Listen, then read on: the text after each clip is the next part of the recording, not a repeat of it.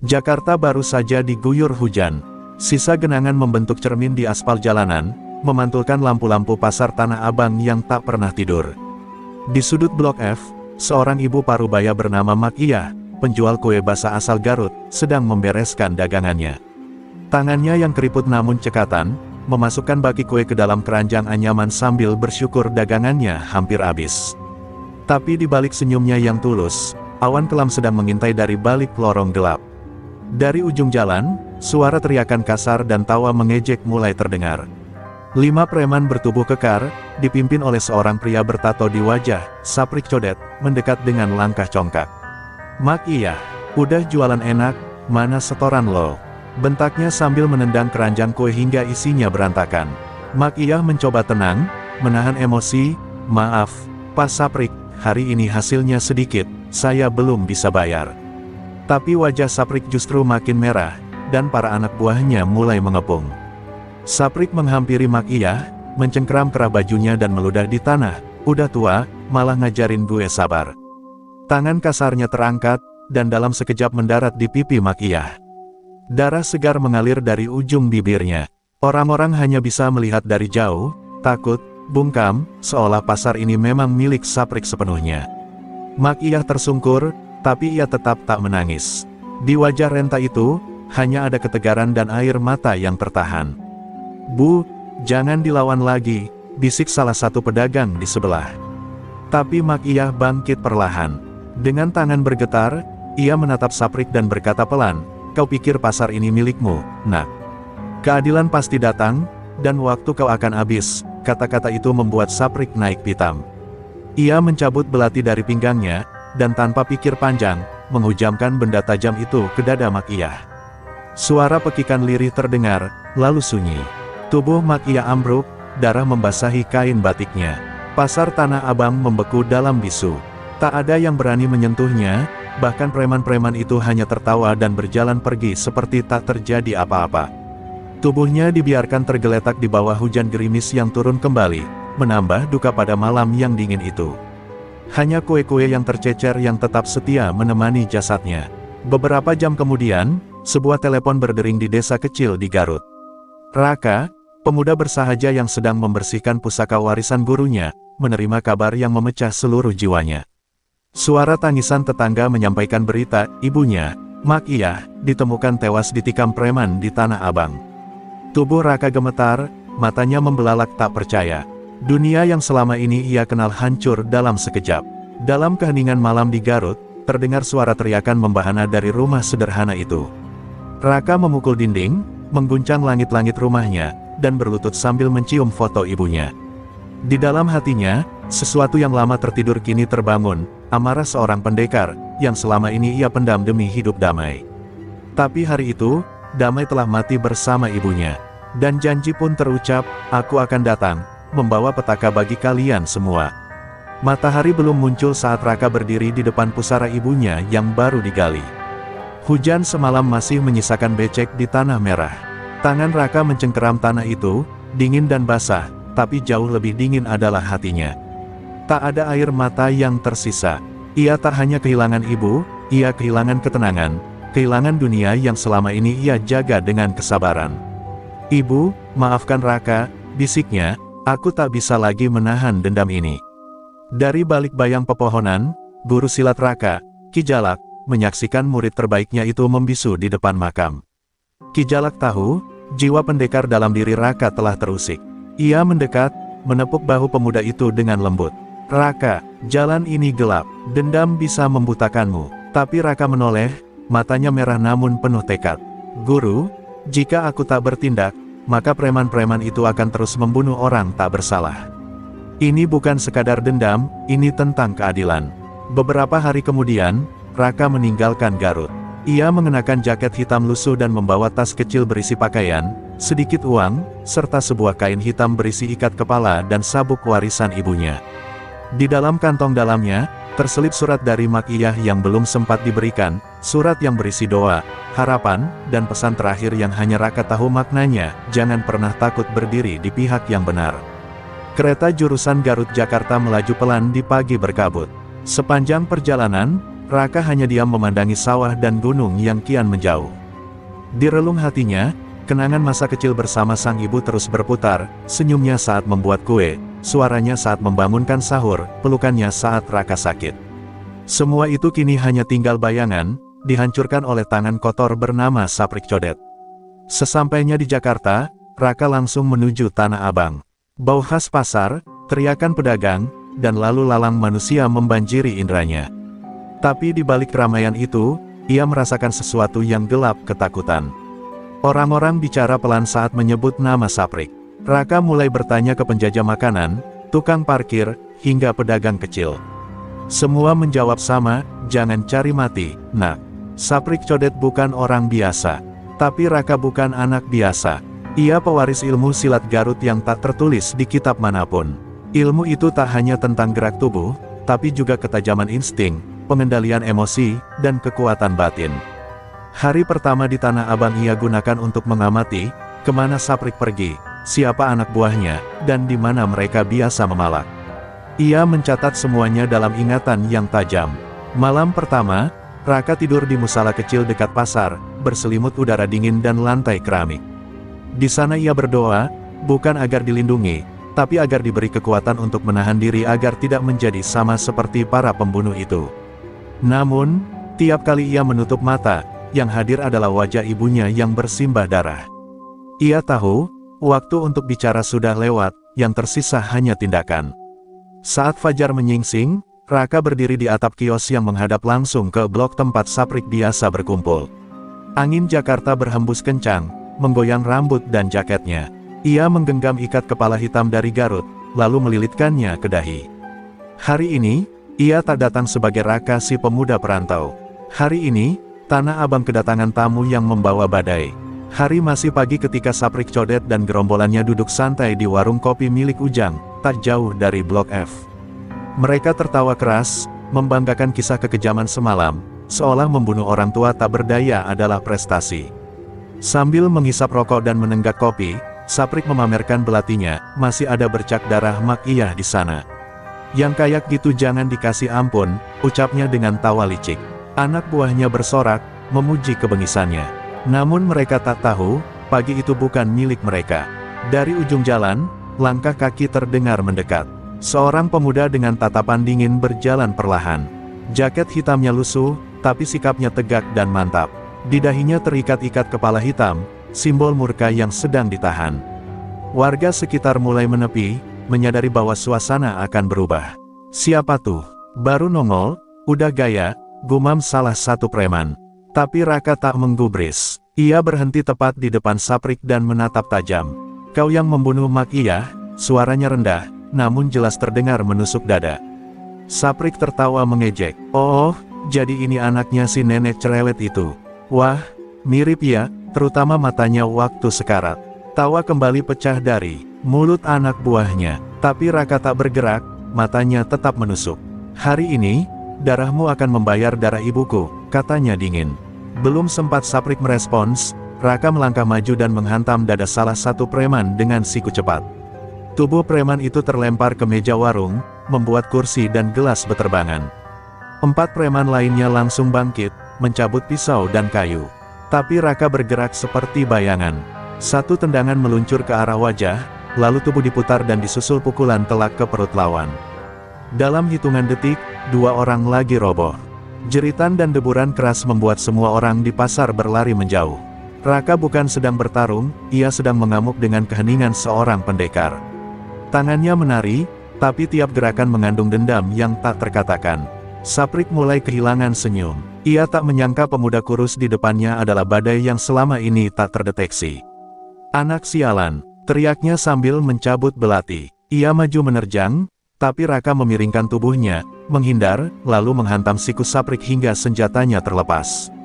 Belum sempat berdiri tegak, Raka menghantam rahang Saprik dengan lutut keras hingga terdengar bunyi tulang retak. Saprik terjatuh, mulutnya berlumuran darah. Bangun, ini belum selesai, ujar Raka pelan. Tapi Saprik hanya mengerang di tanah, memegangi wajahnya. Salah satu preman mencoba bangkit dari belakang, namun Raka berbalik dan menendang lututnya hingga tertekuk tak wajar. Jeritannya membuat suasana pasar semakin sunyi. Warga yang tadi menonton dari jauh mulai bersorak perlahan, tak percaya bahwa seseorang berani melawan Saprik Codet. Raka berdiri di tengah puing warung kopi yang hancur, napasnya berat, matanya menyapu seluruh penjuru pasar. "Ini baru permulaan," katanya kepada orang-orang yang menonton. "Aku akan bersihkan tempat ini dari segala bentuk ketakutan." Lalu ia menatap tubuh Saprik yang menggeliat di tanah.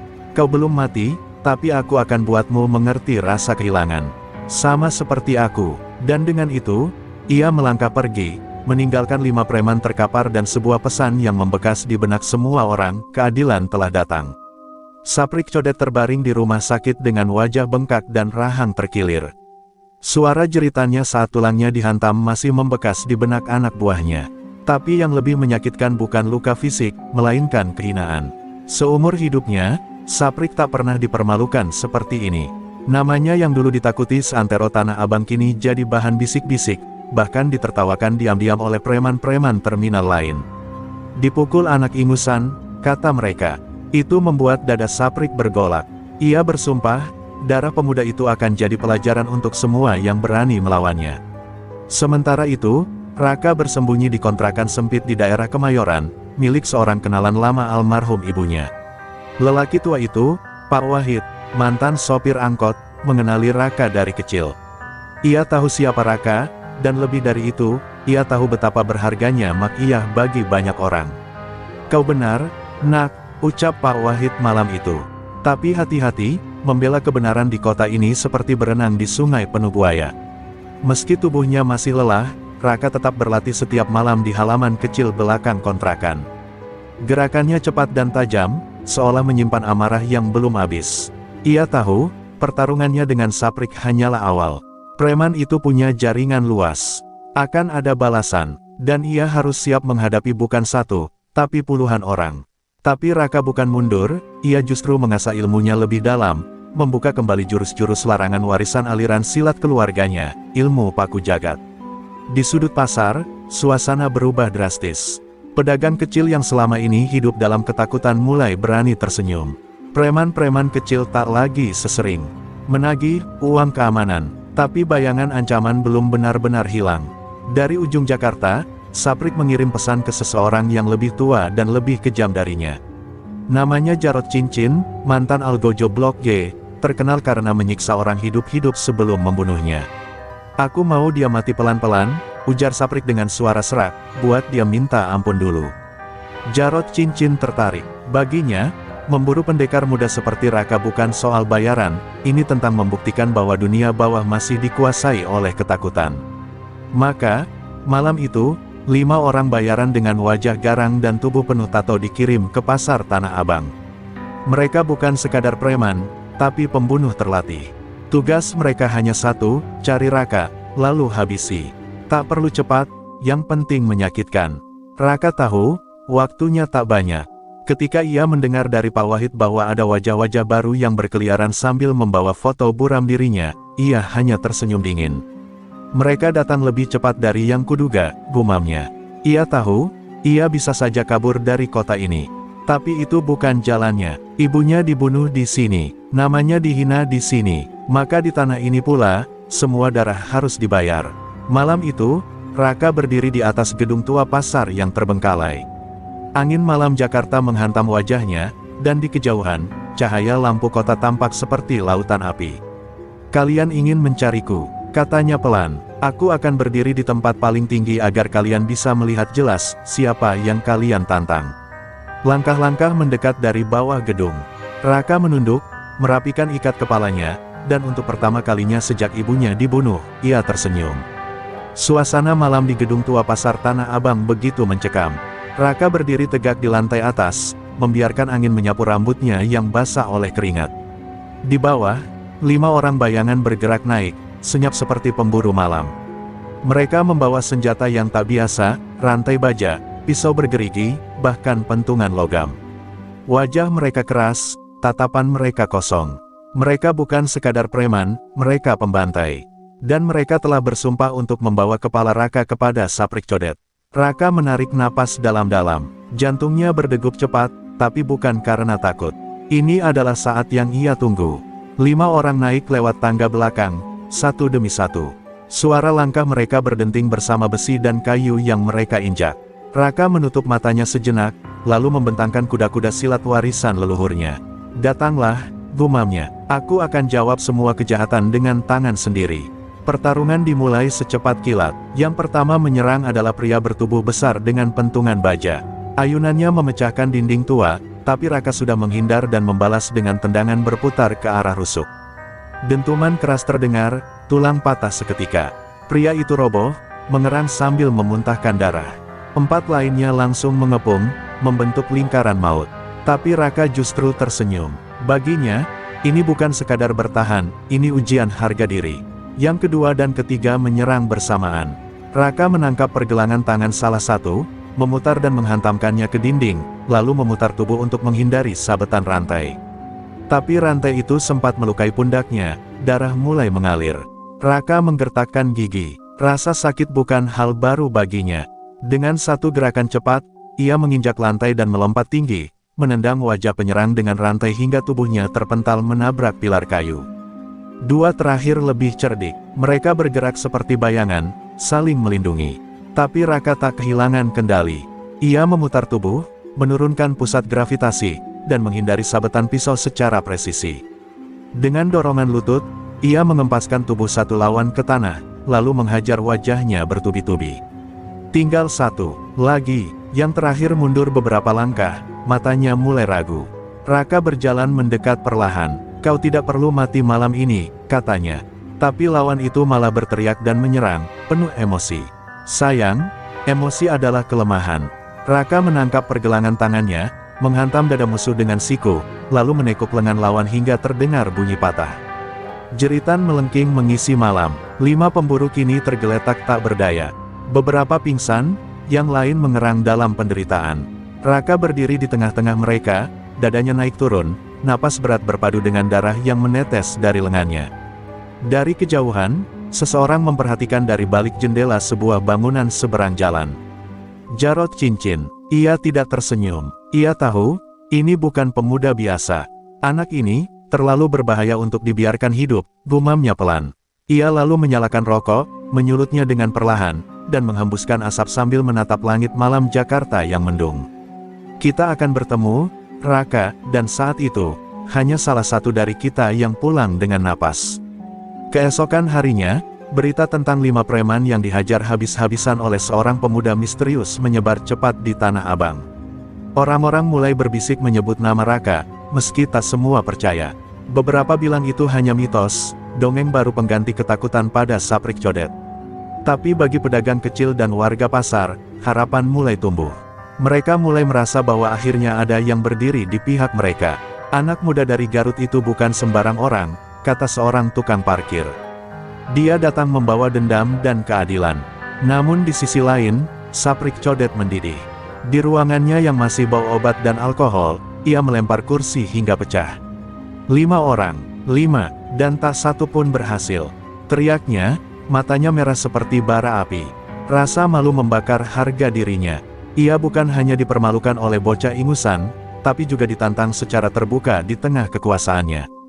Baginya, ini adalah penghinaan yang tak bisa dibiarkan hidup lebih lama. "Kirim semua orang kita," ucapnya dingin pada Jarod Cincin yang duduk tenang di sudut ruangan. "Kita bakar pasar itu kalau perlu." Jarod Cincin hanya mengangguk pelan. Ia tahu betul bahwa ini bukan lagi urusan preman vs warga. Ini sudah masuk ke wilayah darah dan dendam leluhur. Diam-diam, ia memanggil 2 orang paling berbahaya dari masa lalunya, 2 bersaudara yang dulu dijuluki si kembar maut. Mereka bukan sekadar petarung, mereka pembunuh ritual, penganut ilmu hitam dari pesisir utara. "Beri aku 2 hari, kata Jarod, dan aku pastikan Raka akan tersungkur mencium tanah." Di kontrakan kecilnya, Raka merawat luka di pundaknya sendiri. Pak Wahid yang mendampingi hanya bisa geleng kepala melihat betapa dalamnya goresan itu. "Kau harus pergi dari sini, nak. Mereka takkan berhenti," ucap Pak Wahid lirih. Tapi Raka menatapnya dengan mata tenang. "Saya sudah kehilangan ibu. Kalau saya kabur sekarang, apa arti semua ini?" Pak Wahid tak bisa membalas. Ia tahu, dalam dada Raka bukan hanya dendam, tapi sumpah. Sumpah seorang anak yang tidak akan membiarkan ibunya dibunuh tanpa keadilan. Malam mulai turun, dan Raka mulai merasakan firasat buruk. Suara burung hantu terdengar dari kejauhan, udara mendadak dingin, dan angin bertiup ke arah berlawanan. Ia teringat pesan almarhum gurunya di Garut, jika angin berbalik arah tanpa alasan, itu tanda ada yang datang dari dunia gelap.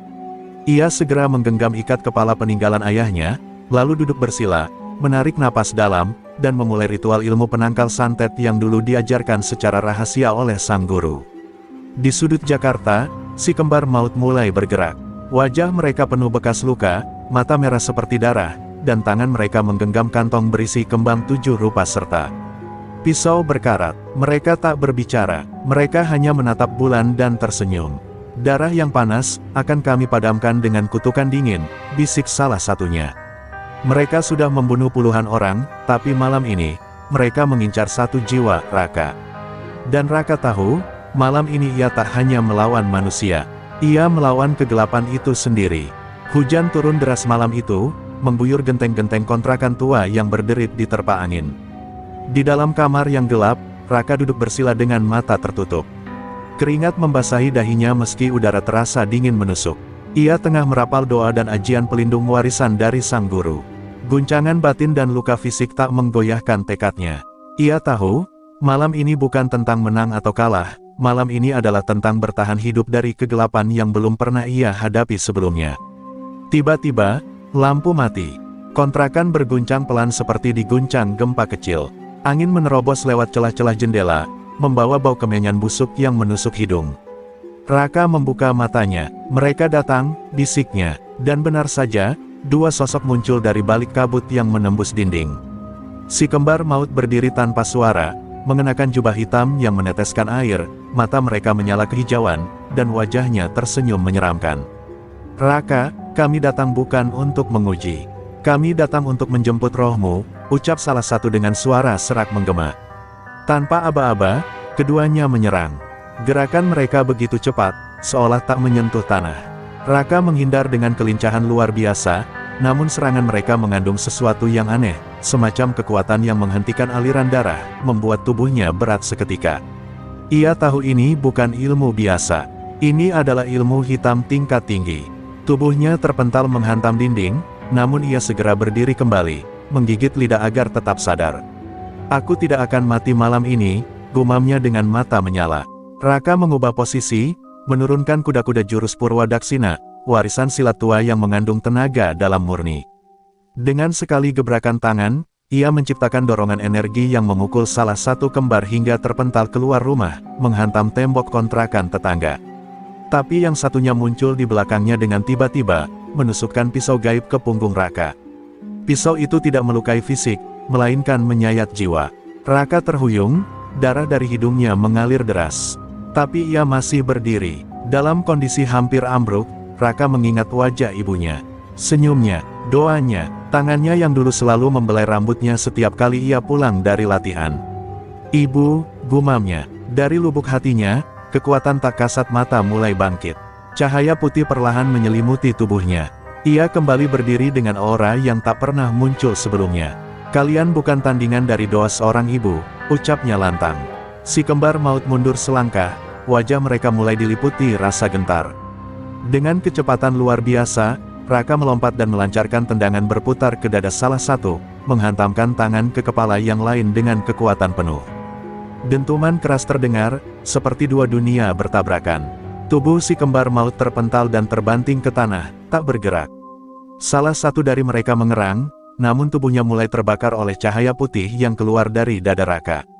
Mereka menjerit, bukan karena sakit fisik, tapi karena doa-doa suci yang merobek energi hitam mereka dari dalam. Dan ketika keduanya tak bergerak lagi, kabut yang menyelimuti rumah itu menghilang perlahan. Hujan reda, angin tenang, lampu menyala kembali. Raka terduduk, napasnya memburu, tubuhnya lemas. Ia menang, tapi dengan harga mahal. Darah masih mengucur dari luka-lukanya, dan tubuhnya penuh memar. Tapi ia tetap hidup. Ia telah mengalahkan 2 iblis berbentuk manusia. Dan kini, hanya tinggal satu nama lagi yang harus ia hadapi, Saprik Codet. Pagi menyapa Jakarta dengan langit kelabu dan udara yang berat. Di kontrakan kecil itu, Raka masih terduduk lemas, tubuhnya penuh luka dalam dan luar. Namun matanya tetap menyala, menyimpan bara dendam yang belum padam. Pak Wahid datang membawa bubur dan air hangat, namun Raka hanya tersenyum kecil. "Tak perlu, Pak. Tubuh saya mungkin lelah, tapi jiwa saya belum selesai berjuang." Pak Wahid memegang bahunya, sejenak ingin mencegah. Tapi ia tahu, percuma. Raka telah memilih jalan yang tak bisa diputar kembali. Di sisi lain, Saprik Codet menerima kabar bahwa si kembar maut gagal. Ia terdiam, tidak marah. Hanya tertawa kecil dengan suara seperti parau ular. "Jadi begitu ya, bocah itu ternyata tak bisa ditaklukkan dengan kegelapan," ucapnya sambil menyulut rokok. Tapi di balik tawanya, ada sesuatu yang lebih gelap, tekad untuk menyelesaikan semuanya sendiri. Ia berdiri, meraih sebilah golok panjang peninggalan ayahnya, seorang jagal yang dulu ditakuti di pasar Selipi. "Kalau dia ingin darah, aku akan beri darah," bisiknya. Sore itu, Raka berdiri di tengah pasar Tanah Abang. Pedagang dan warga menyaksikan dari kejauhan, bisik-bisik ketakutan dan harapan tercampur jadi satu. Ia menantang secara terbuka, "Saprik Codet, kau membunuh ibuku. Hari ini, aku datang untuk menjemput keadilan dengan tanganku sendiri," teriaknya lantang. Orang-orang membeku, tak percaya ada yang berani melawan Saprik di tempat terbuka. Tapi detik berikutnya, suara langkah berat terdengar. Dan muncullah sosok yang telah lama menghantui Jakarta, Saprik Codet, dengan tubuh tinggi besar, codet panjang di pipi, dan golok bersarung kain hitam di pinggang. Mereka berdiri berhadapan. Tak ada kata, tak ada negosiasi. Ini bukan lagi tentang siapa menang atau kalah, ini adalah tentang nyawa. Saprik menghunus goloknya, lalu menyerang tanpa aba-aba. Tebasannya memecah udara, namun Raka menghindar dengan lincah, meski tubuhnya masih dipenuhi luka. Serangan demi serangan terus berdentum. Pertarungan itu bukan sekadar fisik. Ini adalah pertarungan antara masa lalu yang penuh darah dan masa depan yang mengharapkan harapan.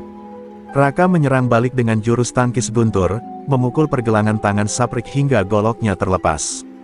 Tapi Saprik bukan preman biasa, dia bergerak cepat, menanduk dada Raka hingga ia terlempar ke lapak sayuran. Pedagang berteriak, mundur ketakutan. Raka berdiri kembali, darah mengalir dari pelipisnya. Tapi dia tak menyerah, ia teringat wajah ibunya lagi. "Ibu, beri aku kekuatan," bisiknya. Lalu ia mengerahkan seluruh tenaga dalamnya, menghentakkan kaki ke tanah, menciptakan gelombang kecil yang mengguncang lantai pasar. Serangan terakhir Raka datang seperti kilat. Dengan jurus Raja Wali patah hati, ia melompat, memutar badan, dan menghantam leher Saprik dengan siku keras. Tubuh Saprik terjatuh menghantam lantai, goloknya terlempar jauh. Untuk pertama kalinya, si Raja Preman tak bisa bangun. Ia terbatuk darah, menatap langit dengan mata nanar. "Aku, belum kalah," desisnya. Tapi Raka berdiri di atasnya, mengarahkan telapak tangan ke dada Saprik, bersiap memberi pukulan terakhir. Namun di detik itu, ia ragu. Tangan Raka gemetar, ia teringat kata-kata almarhum ayahnya, membalas itu mudah, memaafkan yang paling berat. Dunia seakan hening, hanya suara napas dan detak jantung. Akan tetapi, sebelum ia membuat keputusan, suara letusan keras terdengar dari kejauhan, tembakan. Seseorang tak dikenal membidikkan senjata ke arah mereka berdua.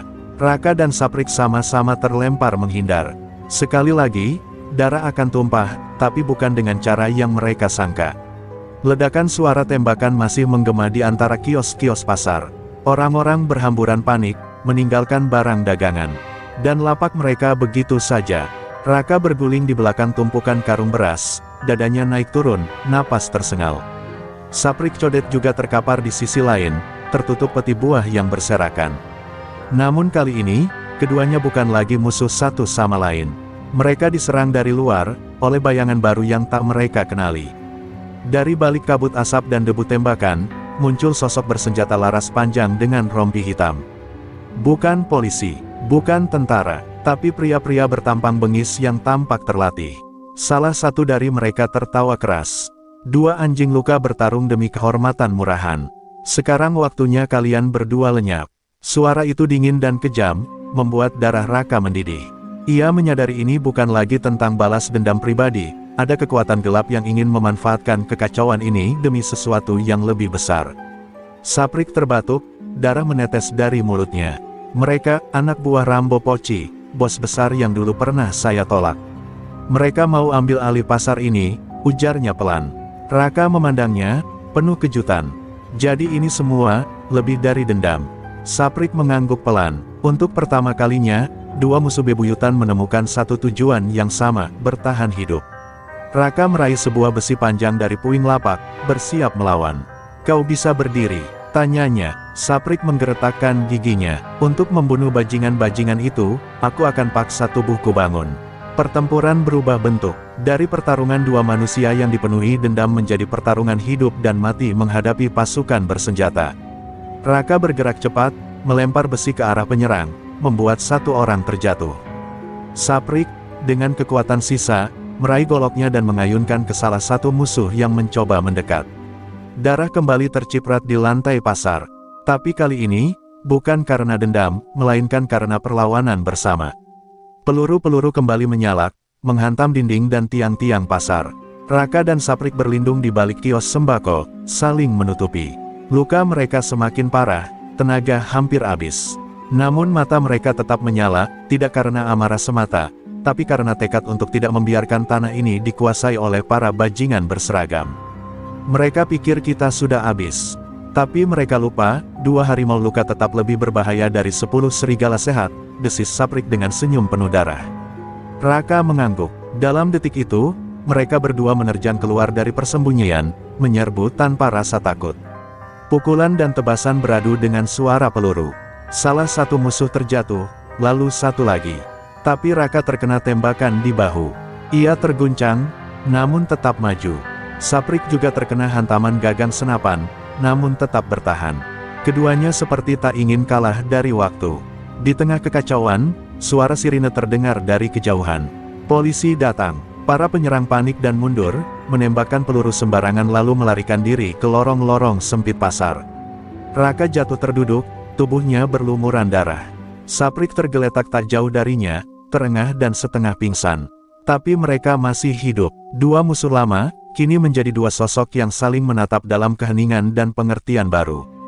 Saat petugas datang dan mengepung area, Raka hanya berkata lirih sebelum matanya tertutup karena kelelahan, aku belum selesai. Satu bab lagi, untuk ibu, dan semua yang mereka hancurkan. Cahaya lampu rumah sakit menyilaukan mata Raka ketika perlahan ia membuka kelopak matanya. Bau alkohol dan suara alat medis berdengung di sekitarnya. Tubuhnya terasa berat, perih di setiap sudut. Di kursi samping ranjang, Pak Wahid tertidur dengan kepala bersandar, masih mengenakan sarung kusut. Beberapa luka Raka telah dibalut, namun nyeri di hatinya masih menganga. Ia tak lagi marah, hanya sunyi yang kini menyelimuti. Tapi ia tahu, satu langkah terakhir belum ia ambil. Beberapa kamar di rumah sakit dijaga ketat. Saprik Codet dirawat dalam kondisi kritis di ruang terpisah. Polisi menjaga ketat, bukan hanya karena kejahatan lamanya, tapi juga karena ia kini menjadi saksi penting perihal sindikat hitam yang dipimpin Rambo Poci, bos besar dunia gelap yang hendak menguasai Tanah Abang lewat teror dan kekacauan. Raka diminta jadi saksi, tapi dalam hatinya, ia masih menyimpan satu hal yang belum usai, makam ibunya belum ia datangi. Dan itu menjadi hal pertama yang ia lakukan begitu bisa berjalan. 3 hari kemudian, dengan tubuh masih lemah dan luka yang belum sembuh benar, Raka berjalan terlatih ke tanah kelahiran ibunya di Garut. Sendirian, ia datang ke makam di bawah pohon waru tua, membawa bunga Kamboja dan segenggam tanah Jakarta. Air mata mengalir pelan saat ia menunduk. Bu, anakmu sudah menunaikan sebagian dendam ini. Tapi darah ibu takkan kubayar dengan darah lagi. Aku akan lindungi nama baikmu dengan hidup yang ibu ajarkan, tegak dan tak tunduk pada kejahatan. Sementara itu di Jakarta, Saprik Codet sadar dari kritis. Wajahnya tak lagi garang, codet di pipinya tampak lebih tenang. Ia memanggil polisi dan meminta bicara secara pribadi. Saya sudah muak jadi alat kegelapan, katanya. Ia memberikan semua informasi, nama, lokasi gudang, jalur senjata, hingga rencana besar Rambo Poci mengambil alih pasar-pasar tradisional lewat pemerasan dan pembunuhan. Itu menjadi awal kejatuhan jaringan yang selama ini tak tersentuh. Dunia gelap mulai retak dari dalam. Raka kembali ke Jakarta saat berita penangkapan besar-besaran terjadi. Pasar Tanah Abang perlahan pulih. Orang-orang yang dulu takut mulai berani bicara, para pedagang mulai tersenyum. Ia berjalan menyusuri lorong yang dulu menjadi saksi pertarungan hidup dan mati. Di ujung lorong, Ada mural baru, gambar seorang pemuda berpakaian silat berdiri di atas bayangan gelap, dengan tulisan, "Jangan biarkan yang jahat menjadi biasa." Hari-hari berlalu, Raka tidak kembali ke jalanan sebagai petarung. Ia mendirikan perguruan silat kecil bersama Pak Wahid, mengajari anak-anak pasar tentang bela diri dan keberanian menghadapi ketidakadilan. Kadang ia mendongeng, kadang ia diam memandangi langit sore. Tapi satu hal pasti, namanya kini dikenal bukan sebagai pembalas dendam, tapi penjaga warisan keberanian dan kehormatan seorang ibu. Sementara itu, di dalam penjara, Saprik Codet menatap jendela kecil selnya. Ia tahu hukum akan menghukumnya, tapi untuk pertama kalinya, ia merasa damai. Darah sudah cukup banyak tumpah, bisiknya. Di luar, matahari Jakarta terbenam perlahan, menandai akhir dari satu bab dendam, dan awal dari masa depan yang lebih terang. Berhubung cerita ini sudah mencapai akhir di bab 10 sesuai konsep awal, di mana konflik utama antara Raka, Saprik Codet, dan sindikat Rambo Poci sudah terselesaikan secara emosional dan naratif, maka jika ingin dilanjutkan, kita bisa mulai bab lanjutan dengan konsep baru, seperti sequel, munculnya musuh baru yang ingin membalas dendam karena kejatuhan Rambo Poci. Spin-off, kisah masa lalu Saprik Codet hingga jadi preman paling ditakuti Tanah Abang. Kebangkitan Raka dijadikan simbol perlawanan rakyat terhadap jaringan gelap di Jakarta. 3 bulan berlalu sejak tragedi besar di pasar Tanah Abang. Jakarta seperti bernapas lebih tenang. Tapi kedamaian itu hanyalah permukaan. Di sebuah gudang tua di pinggiran Cakung, seorang pria bertubuh tinggi dengan luka lama di wajahnya tengah duduk memandangi berita penangkapan Rambo Poci di layar TV kecil. Wajahnya dingin, matanya menyala. Rambo memang bodoh, terlalu banyak bicara sebelum memastikan warisan ini aman, gumamnya. Namanya Togar, mantan algojo Rambo Poci yang tak tersentuh hukum karena bersembunyi sejak awal. Togar bukan sekadar preman, ia adalah pengatur kekerasan tingkat tinggi, dalang dibalik pembunuhan-pembunuhan diam-diam di Jakarta. Dan kini, ia punya satu nama di pikirannya, Raka. Anak Garut itu harus disingkirkan sebelum ia benar-benar jadi simbol, desisnya sembari meremas foto Raka yang lusuh. Togar tak suka simbol, simbol bisa menyatukan massa, dan massa bisa menggulingkan raja-raja jalanan sepertinya. Di sisi lain, Raka hidup tenang bersama perguruan kecilnya. Anak-anak pasar makin banyak yang bergabung. Mereka tak hanya belajar silat, tapi juga tentang keberanian menghadapi ketidakadilan. Namun Raka mulai merasa gelisah. Ada yang aneh, seseorang tampak selalu mengawasinya. Pak Wahid pun mengingatkannya, hati-hati, Rak, dalam dunia lama, dendam tak pernah benar-benar mati. Ia hanya tidur menunggu dibangkitkan. Kekhawatiran Pak Wahid terbukti. Malam itu, perguruan silat Raka dilempari bom Molotov. Api melalap sebagian bangunan kayu. Murid-muridnya panik. Untung tak ada korban, namun itu jelas sebuah pesan. Di pagar depan, tertulis dengan cat merah, simbol bisa dihancurkan. Raka menatap tulisan itu dengan rahang mengeras. Ia tahu ini bukan pekerjaan preman biasa. Ini kerja orang yang mengerti permainan lama. Saprik Codet yang kini mendekam di penjara Cipinang pun mendengar kabar penyerangan itu. Ia meminta bertemu Raka secara diam-diam. Togar belum mati, katanya lirih. Dan dia takkan berhenti sebelum darahmu tumpah. Raka mendengarkan dengan tatapan penuh api. Lalu kau ingin aku sembunyi? Saprik menggeleng lemah. Tidak, aku ingin kau siapkan perang baru. Perang yang akan menentukan apakah kegelapan akan kembali, atau terang akan menang untuk selamanya. Raka kembali ke reruntuhan perguruannya. Ia berdiri di antara kayu hangus dan debu. Murid-muridnya menatapnya, takut tapi berharap. Raka menggenggam tanah bekas terbakar itu dan berkata, kalau mereka ingin menghancurkan simbol, maka aku akan jadi sesuatu yang tak bisa dihancurkan, semangat. Ia tahu, babak baru telah dimulai. Dan kali ini, musuhnya tak hanya preman, tapi bayangan kelam yang lebih dalam, dan lebih licik. Malam turun seperti tirai kematian di atas Jakarta. Di sebuah lorong gelap belakang pasar, 2 orang murid Raka disergap oleh sekelompok orang bertopeng. Salah satu dari mereka, Yayan, pemuda paling berbakat di perguruan, dipukuli hingga pingsan. Yang lain, Ucok, ditinggalkan dengan luka robek di punggung dan pesan tergurat di dadanya, diam atau mati. Ketika kabar ini sampai ke telinga Raka, darahnya mendidih. Ia bukan hanya sedang diincar, tapi generasi yang sedang ia bentuk pun mulai dihancurkan satu persatu. Togar bergerak cepat dan sistematis. Ia tidak seperti saprik codet yang suka bermain terang-terangan. Togar menyelinap lewat celah-celah kepercayaan, menyuap tukang pasar, dan menyebar teror secara diam-diam. Ia memanfaatkan orang-orang yang masih setia pada jaringan lama. Bahkan polisi pun mulai enggan menyentuh wilayah-wilayah tertentu karena tekanan dari atas. Raka merasa dirinya sendirian lagi, seperti di awal perjalanannya. Namun kali ini, ia bukan pemuda yang hanya dibakar dendam. Ia pemuda yang telah ditempa penderitaan dan kehilangan, dan kini punya tanggung jawab terhadap anak-anak yang mempercayakan harapan padanya. Kita tidak bisa bertahan, kita harus melawan, ucap Raka di depan para muridnya yang berkumpul di aula darurat, masih berdebu bekas kebakaran. Beberapa anak tampak gemetar, namun ketika Yayan berdiri dengan perban di kepala, lalu berkata, "Saya tetap ingin belajar, Kang Raka," semua menjadi senyap. Lalu perlahan, mereka ikut berdiri satu persatu. Di balik keteguhan itu, Raka tahu bahwa ia butuh bantuan. Maka ia mendatangi seorang lelaki tua yang dulu dikenal sebagai Kiranu, pendekar legendaris dari Cianjur yang telah lama mengasingkan diri di balik kaki Gunung Gede. Dalam kabut subuh yang pekat, Raka mengetuk pintu gubuk kayu reyot. Kiranu membuka pintu dengan mata tajam namun penuh iba. "Angin dendam belum usai, ya," bisiknya. Raka hanya mengangguk pelan. Mereka berdua duduk di depan api unggun kecil, membicarakan masa lalu, dan merancang jalan menuju masa depan. Di sisi lain, Togar mempersiapkan serangan besar. Ia telah mengumpulkan 12 algojo dari berbagai daerah, preman sadis, pembunuh bayaran, dan mantan aparat bayaran, yang siap mengeksekusi apapun asal dibayar lunas. Di markas bawah tanah yang dipenuhi senjata tajam dan peta pasar-pasar, ia menunjuk wajah Raka di papan. "Ini bukan hanya perang," katanya dengan suara dingin. "Ini eksekusi simbol." Keesokan harinya, pasar Tanah Abang gempar. Sebuah ledakan kecil mengguncang area parkir belakang, disusul dengan selebaran gelap yang tersebar di setiap lapak. Raka dan perguruannya membawa petaka.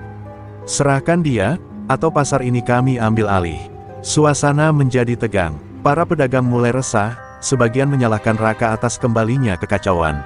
"Dulu setelah codet tumbang, kita tenang. Tapi sekarang, anak itu bawa badai baru," bisik seorang pedagang tua. Raka tak tinggal diam. Ia mengumpulkan semua warga pasar, berdiri di atas tumpukan peti, dan bicara lantang. "Kalau kalian pikir aku sumber masalah, aku akan pergi. Tapi kalau kalian sadar bahwa yang kita lawan adalah kegelapan yang ingin memakan hidup kalian, maka berdirilah bersamaku. Karena kalau kita biarkan satu simbol dihancurkan, besok kalian semua akan jadi sasaran." Diam. Lalu perlahan, suara tepuk tangan terdengar dari ujung lapak sayur, disusul oleh suara-suara dukungan. Sebuah cahaya kecil menyala kembali di tengah ketakutan. Namun jauh di balik layar, Togar hanya tersenyum sambil menyulut rokoknya. "Bagus, Raka, kau memilih perang," gumamnya. Ia mengambil sebilah pisau pendek, bekas senjata yang dulu digunakan untuk menghabisi rivalnya, dan menggurat satu garis merah di peta Tanah Abang. "Kau akan tahu, bahwa bayangan tak bisa ditebas pedang." Langit Jakarta mendung, seakan menandai pertumpahan darah yang akan terjadi. Raka berdiri di atap sebuah bangunan tua, matanya menatap ke arah pusat pasar Tanah Abang yang mulai dijaga oleh gerombolan Togar. Ia tahu, hari ini bukan sekadar pertarungan otot, tapi adu keberanian dan nyawa. Di balik tubuhnya, para murid bersiaga, sebagian membawa tongkat, sebagian lainnya hanya mengandalkan tangan kosong dan tekad baja. "Kalian boleh takut," ucap Raka, "tapi jangan biarkan ketakutan itu mematikan nurani kalian." Togar tidak main-main. Ia memulai serangan dengan cara licik. Beberapa kios pedagang yang dikenal mendukung Raka tiba-tiba dilempari bom molotov. Api berkobar cepat, jeritan terdengar di mana-mana. Raka dan muridnya turun seperti badai, memadamkan api, menyelamatkan pedagang yang terjebak. Tapi di tengah kekacauan itu, muncul satu sosok tinggi besar, bertopeng tengkorak, membawa palu godam. "Itu si Bajak," gumam Raka pelan, algojo andalan Togar yang dikenal kejam tanpa hati. Bajak menyerbu tanpa ampun. Sekali ayunannya menghantam peti kayu, serpihannya mencelakai dua murid. Raka maju, menangkis palu itu dengan sebatang besi. Benturan menggelegar. Raka terpental, dadanya terasa remuk, namun ia bangkit lagi. Bajak terkekeh, "Kau memang keras, tapi keras tidak cukup untuk menang." Dengan darah di sudut bibir, Raka menjawab, tapi aku punya alasan yang tak bisa kau patahkan. Lalu, dengan teknik silat pamungkas Garut, ia menyerang cepat dan menaklukkan bajak dengan sapuan kaki beruntun dan pukulan telak di pelipis. Namun kemenangan itu tak bertahan lama. Di ujung jalan, muncul 5 preman lain, masing-masing membawa senjata tajam. Togar telah melepaskan semua anjing perangnya. Raka mulai kewalahan. Beberapa muridnya tumbang satu persatu, terluka parah. Ucok yang dulu begitu ceria, kini bersimbah darah melindungi seorang ibu pemilik lapak. Raka menjerit melihat itu, dan dari dalam dirinya seakan keluar kekuatan yang selama ini ia tekan, amarah murni yang belum pernah ia kendalikan.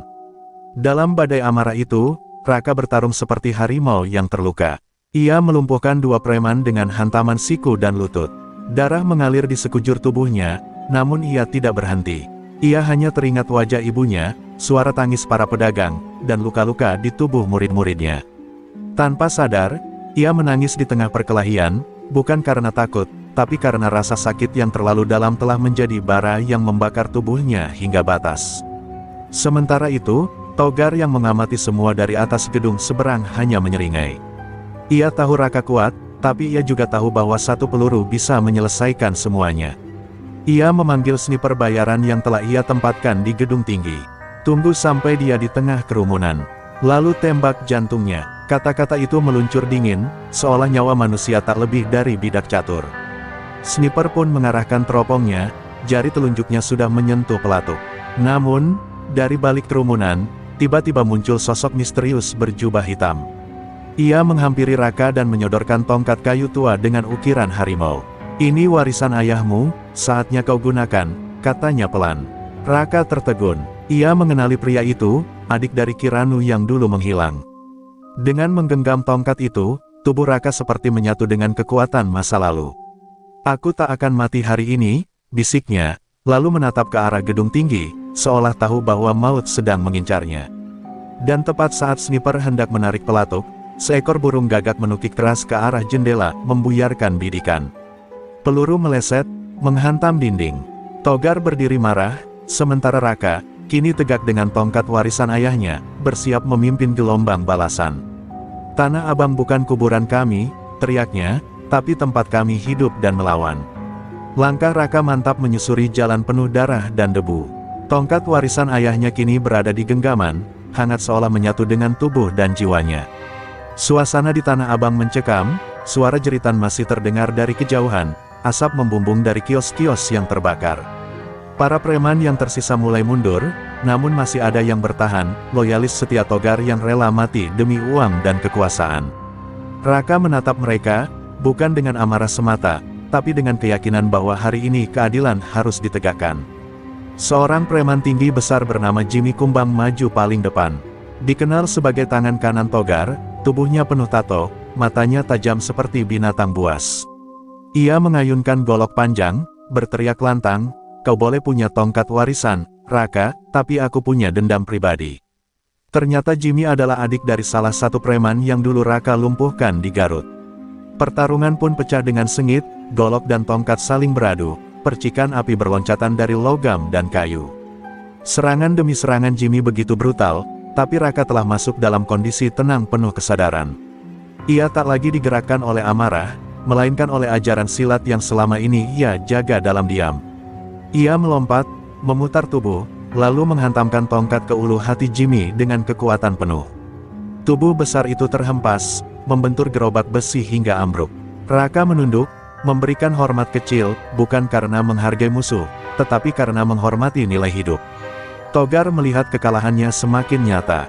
Ia murka, tak ada pilihan lain baginya selain turun langsung. Diiringi 2 pengawal bersenjata, ia melangkah turun dari markas. Wajahnya penuh dendam, tangan menggenggam pistol. "Sudah cukup semua sandiwara ini," ujarnya keras. Raka berdiri di hadapannya, tak bergeming. "Akhiri semua ini, Togar. Kau dan kejahatanmu tak lagi punya tempat," tegas Raka, matanya menantang, hatinya kokoh. Tanpa peringatan, pistol Togar meletus. Namun, sebelum peluru mencapai tubuh Raka, salah satu muridnya, Darto, melompat dan menubruknya dari samping. Peluru bersarang di dada Darto. Darah mengucur deras dari tubuh pemuda itu yang dulu begitu lugu. Ia tersenyum sambil berkata, "Guru," lanjutkan, kami bersamamu, lalu terdiam selamanya. Tangis para murid pecah, tapi Raka tak menangis. Ia genggam tongkatnya erat, lalu berlari menuju Togar dengan pekikan panjang. Pertarungan terakhir pun pecah. Togar menyerang dengan brutal, tak peduli lagi dengan gaya, hanya ingin membunuh. Tapi Raka menari di atas luka, menghindar, menangkis, lalu memukul dengan presisi. Satu hentakan di pundak membuat pistol terlepas, lalu tendangan di perut membuat Togar tersungkur. Dengan tongkatnya, Raka menghantam dada Togar, lalu menekan lehernya hingga pria itu menyerah. Kau bukan raja di sini, rakyatlah pemilik Tanah Abang, bisik Raka dingin. Polisi yang sebelumnya takut turun tangan akhirnya datang setelah mendengar kabar kekalahan Togar. Preman-preman dibekuk, yang luka dibawa ke rumah sakit, yang melawan ditangkap. Raka berdiri di tengah keramaian, tubuhnya penuh luka, tapi jiwanya tenang. Ia telah menepati janjinya pada sang ibu. Ia tidak hanya membalas dendam, tapi juga membersihkan tempat yang dulu jadi neraka bagi banyak orang. Dan ketika malam turun, langit Tanah Abang kembali jernih. Lampu-lampu pasar menyala lagi, pedagang kembali membuka lapak mereka, dan para murid Raka membagikan makanan kepada warga. Di atas atap bangunan tua, Raka duduk diam, menatap bintang-bintang. Bu, ini untukmu, gumamnya pelan. Ia tahu, perjuangannya belum usai, tapi untuk malam ini, keadilan telah menemukan jalannya. Hari-hari setelah tumbangnya Togar membawa kelegaan pada warga Tanah Abang. Namun di hati Raka, luka tak pernah benar-benar sembuh. Ia duduk di warung kecil milik seorang ibu tua, meminum kopi hitam sambil menatap keramaian pasar yang perlahan hidup kembali. Tak ada lagi teriakan pemalakan, tak ada ancaman setiap malam. Tapi setiap ia menutup mata, wajah sang ibu masih muncul, senyumnya, darahnya, tangisnya yang terbungkam oleh kekejaman Saprik Codet dan kroni-kroninya. Jenazah Darto telah dikuburkan secara layak. Raka berdiri di sisi liang lahatnya, mengenakan pakaian silat lengkap, wajahnya tenang meski mata sembab. Dia murid terbaikku, tapi lebih dari itu, dia seperti adik sendiri, katanya pada para pelayat. Para pemuda yang dulu takut melawan kini telah tumbuh menjadi pendekar muda yang disegani. Mereka mulai membuka padepokan kecil di pinggir Tanah Abang, mengajarkan silat bukan untuk kekuasaan, melainkan untuk kehormatan dan perlindungan rakyat. Namun damai itu tidak bertahan lama. Dari balik tembok penjara Salemba, kabar beredar bahwa salah satu sisa gerombolan Togar, bernama Rengga Babi Ngepet, sedang menyusun kekuatan. Rengga adalah dalang bayangan yang selama ini bersembunyi, mengendalikan aliran uang haram dan perdagangan senjata di bawah hidung Togar. Kini, setelah Togar tumbang, ia merasa saatnya untuk bangkit dan membalas dendam, terutama pada nama yang membuat kekaisaran bawah tanahnya runtuh, Raka. Suatu malam, padepokan kecil yang baru dibangun terbakar. Api menjilat abis papan nama yang baru dipasang. Dua murid Raka terluka parah, dan di dinding tertulis dengan darah, selanjutnya nyawamu, pendekar Garut. Raka datang terlambat, hanya bisa memandangi kobaran api dan mendengar raungan warga. Amarah yang sempat meredup kini menyala kembali. Tapi kali ini bukan hanya soal dendam, ini tentang melindungi mereka yang telah percaya padanya. Raka kembali mengasah ilmu silatnya, kali ini lebih keras, lebih dalam. Ia membuka kembali naskah-naskah tua peninggalan ayahnya, mempelajari ilmu pernapasan dan tenaga dalam tingkat tinggi. Ia tahu, Rengga bukan musuh sembarangan. Bahkan Togar takut padanya, dan kini Rengga keluar dari persembunyian, membentuk aliansi preman dari wilayah Tambora hingga Cilincing. Tanah Abang mungkin hanya awal dari niat jahatnya yang lebih besar. Di tengah latihan itu, datang seorang wanita muda membawa luka di wajah dan mata yang penuh dendam. Namanya Ningsih, adik dari salah satu korban perdagangan manusia yang dijalankan oleh jaringan Rengga. Ia bersimpuh di hadapan Raka, memohon untuk diajari silat. Saya tidak takut mati, asal bisa balas dendam seperti Mas Raka balaskan dendam ibu. Raka memandangnya dalam diam, mengenali luka yang sama yang dulu ia bawa. Ia tak tega menolak, maka mulailah Raka membentuk generasi baru murid-murid dengan semangat perjuangan, bukan hanya keterampilan bertarung. Jakarta kembali diliputi bayang-bayang. Orang-orang yang dulu merasa aman mulai resah. Bayang Rengga makin terasa, tapi kali ini, Raka tak sendiri. Ia memiliki murid-murid, saudara seperjuangan, dan rakyat yang siap melawan. Perang belum usai, gumamnya saat memandangi langit malam yang kelam. Darah belum kering, dan aku belum selesai. Dalam diam, Tanah Abang bersiap untuk gelombang pertarungan berikutnya, lebih kejam, lebih berdarah, dan lebih menentukan. Langit Jakarta mendung kelabu saat Raka melangkahkan kakinya ke kawasan Tambora.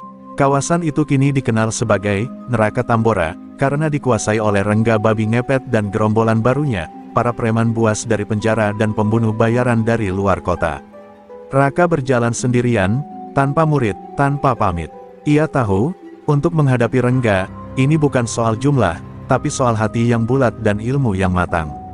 Di dadanya, dendam sudah menjelma tekad, dan tekad telah menjadi senjata tajam yang tak bisa dibendung. Di sebuah gang sempit, Raka dihentikan oleh 5 pria bertubuh besar, mengenakan jaket kulit dan menenteng golok. "Balik, pendekar Garut, ini bukan tempatmu," ucap salah satu dari mereka, suaranya berat dan kasar. Raka hanya menunduk, lalu berkata lirih, "Aku hanya lewat. Tapi kalau kalian menghalangi, maka kalian bukan lagi manusia, tapi dinding yang harus dirobohkan." Tanpa aba-aba, kelima pria itu menyerang. Namun dalam sekejap, tubuh mereka terlempar ke tembok, satu demi satu jatuh tak sadarkan diri. Suara pukulan dan tulang retak menggema, dan gang itu kembali sunyi, kecuali desah napas Raka yang tenang. Di dalam markas bawah tanah Tambora, Rengga sudah menunggu. Di sekelilingnya, belasan orang dengan senjata lengkap berjaga. Rengga mengenakan jubah hitam panjang, wajahnya penuh bekas luka, dan satu matanya sudah buta. "Akhirnya datang juga pendekar yang bikin semua orang ketakutan," katanya sambil tertawa kecil. Raka hanya menatapnya dalam diam. "Kau telah membakar padepokanku," ucap Raka, datar tapi dalam, "dan menyakiti murid-muridku. Aku datang bukan untuk mengancammu. Aku datang untuk mengakhiri semuanya." Pertarungan pun pecah. Raka seperti badai yang tak bisa dihentikan. Satu demi satu anak buah Rengga tumbang. Tendangan, pukulan, dan gerakan silatnya begitu cepat dan mematikan. Tapi Rengga bukan sembarang musuh. Ia menguasai ilmu silat aliran hitam dari Sumatera yang menggabungkan tenaga dalam dengan racun. Saat akhirnya Raka dan Rengga berhadapan, udara terasa menegang. Keringat bercampur darah mengalir di lantai markas. Rengga tertawa, lalu berkata, "Aku bukan Togar. Aku bukan Saprik. Aku adalah neraka itu sendiri." Duel mereka berlangsung brutal. Setiap pukulan seperti petir, setiap tendangan seperti palu. Godam, Raka sempat terkena pukulan beracun di bahu kirinya, membuat tangannya mati rasa. Tapi ingatan akan ibunya, murid-muridnya, dan semua warga yang ditindas, membuatnya bangkit. Dengan satu teriakan keras, ia mengeluarkan jurus pamungkas warisan ayahnya, Raja Wali Garut menyambar petir. Pukulan itu mengenai dada Rengga langsung, membuat tubuh sang preman terpental dan menghantam dinding beton hingga retak. Rengga ambruk, napasnya tersengal. Darah mengalir dari mulutnya, matanya melebar tak percaya. "Bagaimana bisa?" gumamnya sebelum akhirnya tubuhnya tak bergerak. Raka berdiri dengan tubuh gemetar dan luka di sekujur badan. Tapi matanya masih menyala, seperti bara yang tak akan padam. Ia tahu, kemenangan ini mahal. Terlalu mahal, tapi kejahatan tak akan berhenti kalau tidak ada yang berani melawan. Dan hari ini, ia membuktikan bahwa keadilan, betapapun terluka, bisa menang. Saat keluar dari markas itu, warga Tambora sudah berkumpul. Mereka menyambut Raka dengan tatapan kagum dan haru. Seorang bapak tua menitikkan air mata, "Terima kasih, nak, akhirnya Tambora bebas." Tapi Raka tak menjawab, ia hanya menatap langit Jakarta yang mulai cerah. Di matanya, langit itu masih menyimpan luka, dan dalam hatinya, perjuangan belum usai. Karena selagi masih ada yang tertindas, pendekar sejati tak boleh berhenti berjalan.